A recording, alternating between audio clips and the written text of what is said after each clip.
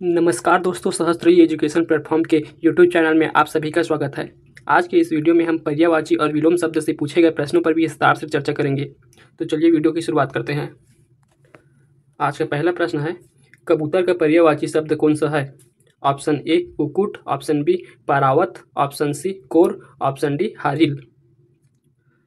तो इस प्रश्न का सही उत्तर होगा कबूतर का पर्यायवाची। तो दिए गए ऑप्शन में से परावत जो है कबूतर का पर्यायवाची है। परावत के अलावा कबूतर के और पर्यायवाची शब्द में हम लोग परेवा, रक्तलोचन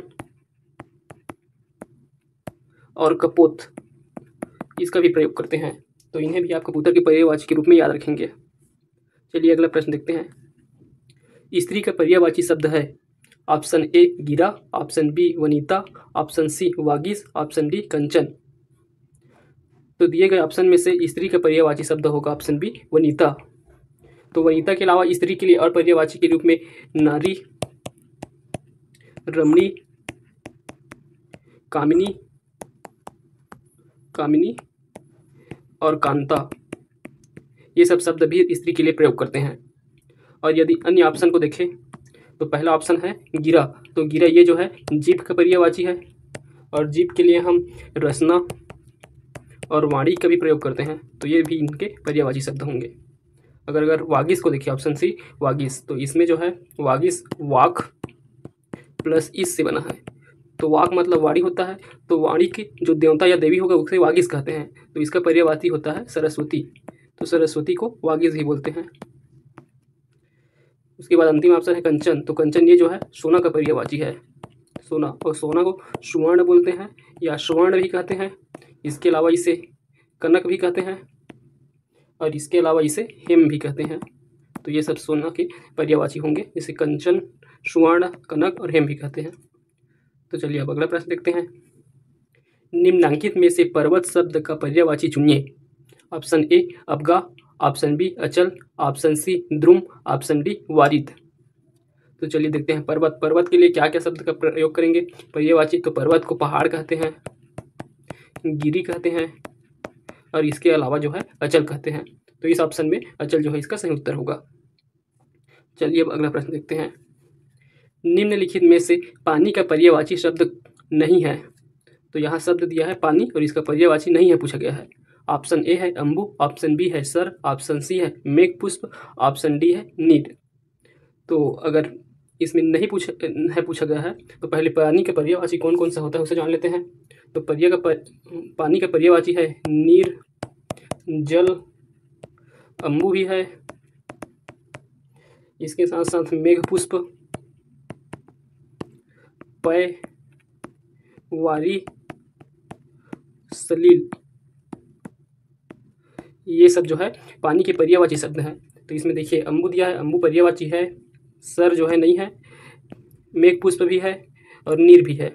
तो इस प्रश्न का सही उत्तर हो जाएगा सर। ये सर जो है किसका पर्यायवाची शब्द है? तो ये सर जो है सरोवर का पर्यायवाची है। सरोवर को सर भी कहते हैं। तो चलिए अब अगला प्रश्न देखते हैं। इनमें से रमणीक का पर्याय नहीं है। ऑप्शन ए समीरण, ऑप्शन बी रम्य, ऑप्शन सी सुहावना, ऑप्शन डी मनोहर। तो रमणीक का पर्यायवाची नहीं बताना है, उसे बताना है।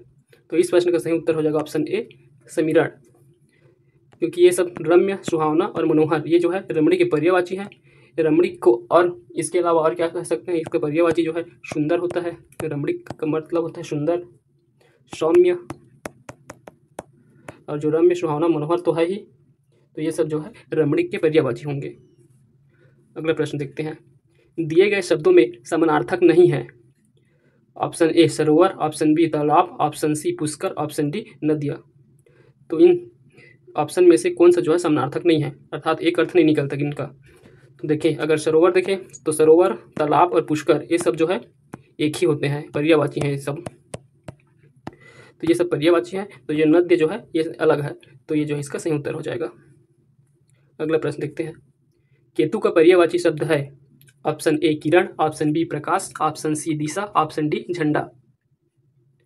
तो केतु जो है इसका पर्यायवाची होगा। केतु के लिए हम झंडे का प्रयोग करते हैं। तो झंडा जो है केतु का पर्यायवाची है।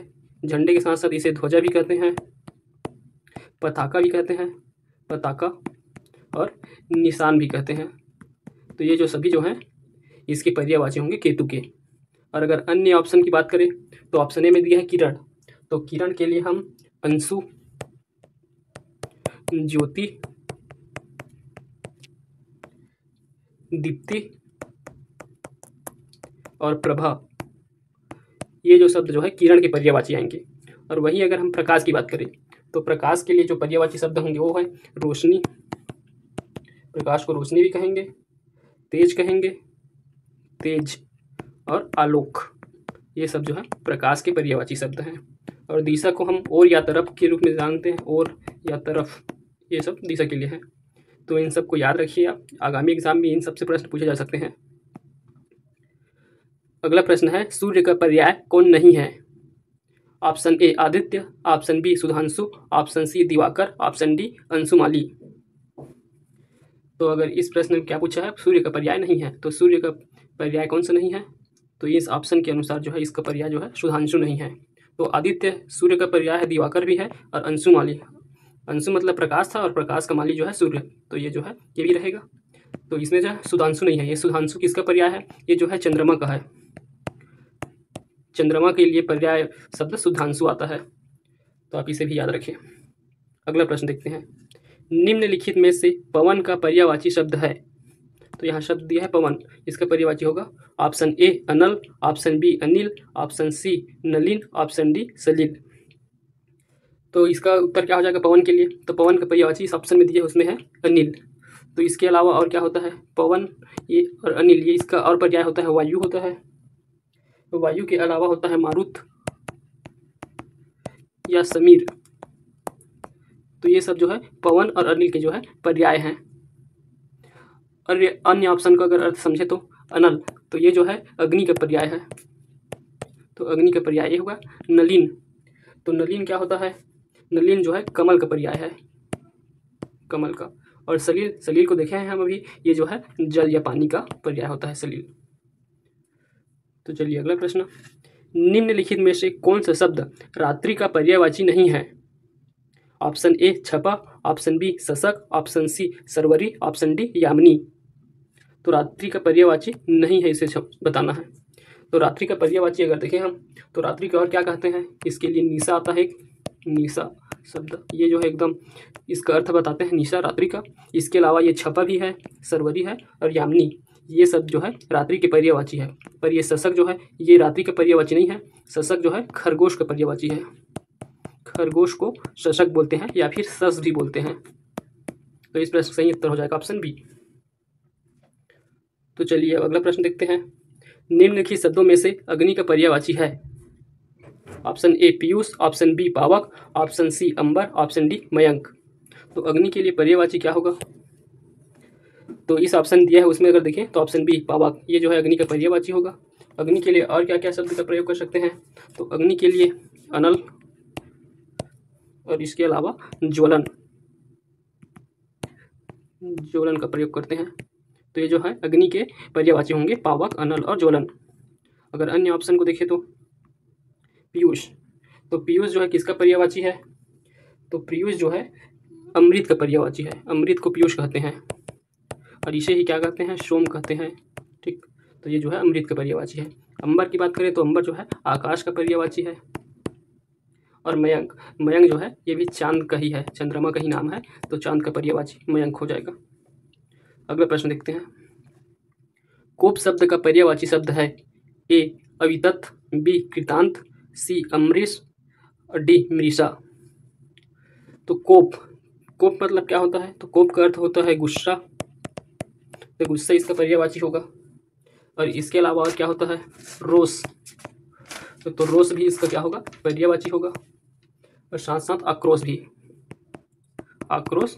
और इन तीनों के अलावा जो अमर्ष है ये भी जो है कोप का पर्यायवाची है। तो ये चार कोप के पर्यायवाची के रूप में याद रख सकते हैं आप। इसके और अगर हम ऑप्शन डी को देखते हैं मृषा, तो ये जो है असत्य, मिथ्या, ये सब जो है मृषा का पर्यायवाची है। चलिए अब अगला प्रश्न देखते हैं, अनुपम शब्द का पर्यायवाची शब्द इनमें से कौन सा नहीं है? ऑप्शन ए अतुल, ऑप्शन बी अनिल, ऑप्शन सी अपूर्व, ऑप्शन डी अनोखा। तो नहीं है पूछा है, तो यहाँ अनुपम दिया हुआ है। तो हम जानते हैं अनिल किसका होता है, वायु या पवन का होता है ये पर्यायवाची। तो ये जो है इस प्रश्न का सही उत्तर हो जाएगा। तो अनुपम, अनुपम का अर्थ होता है अतुल हो सकता है, अपूर्व हो सकता है, अनोखा हो सकता है, इसके अलावा अद्वितीय हो सकता है। तो अद्वितीय होता है उसे अनुपम कहते हैं, या फिर अनूठा भी हो सकता है, जो सबसे अलग हो उसे बोलते हैं अनुपम। तो इस प्रश्न का सही उत्तर है अनिल। अगला प्रश्न है, एकता शब्द का पर्यायवाची होगा। ऑप्शन ए एक सा, ऑप्शन बी एक रूप, ऑप्शन सी ऐक्य, ऑप्शन डी एक जैसा। तो एकता शब्द का पर्यायवाची क्या होगा, ऐक्य।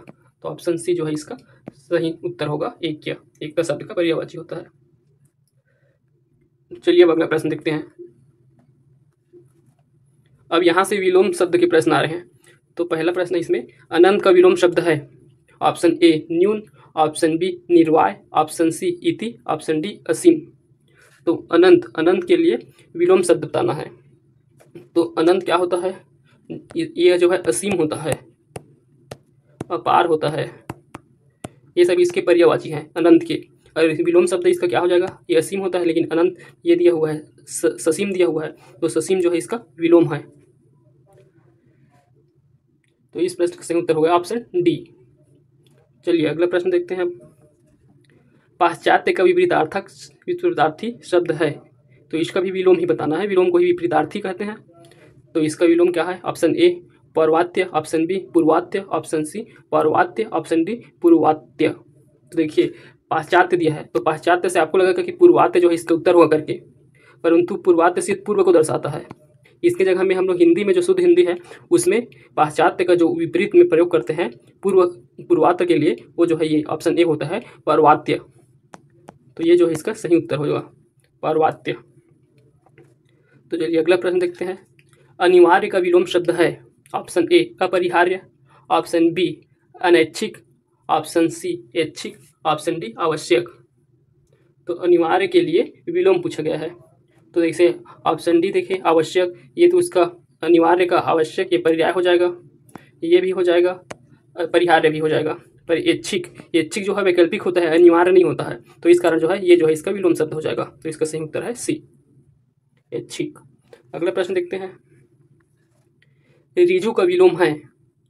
ऑप्शन ए मृदु, ऑप्शन बी वक्र, ऑप्शन सी ऋतु, ऑप्शन डी वज्र। तो ऋजु, ऋजु का अर्थ क्या होता है उसे पहले जान ले। तो ऋजु का अर्थ होता है सीधा,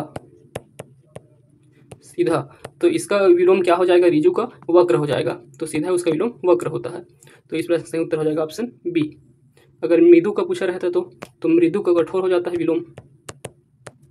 अगर वज्र का पूछा रहता तो इसका कुसुम होता है, कुसुम। अगला प्रश्न देखते हैं। अथ का विलोम शब्द है।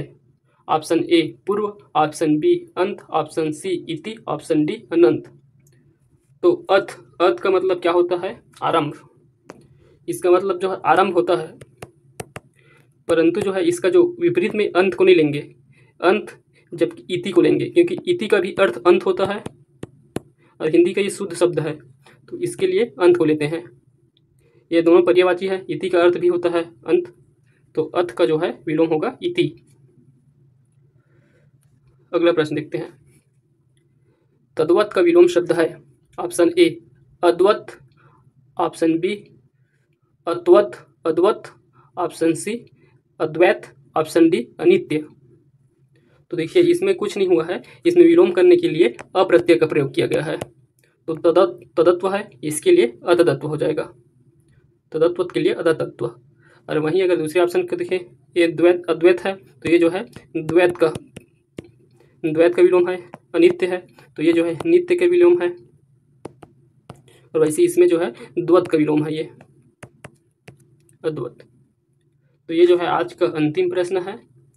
तो इस प्रकार आप विलोम शब्द और पर्यायवाची शब्द के प्रश्नों को एक बार रीड करके चल दीजिए, इसमें कभी कभी प्रश्न पूछे जाते हैं। तो आज का वीडियो जो है यही हम एंड करते हैं। धन्यवाद।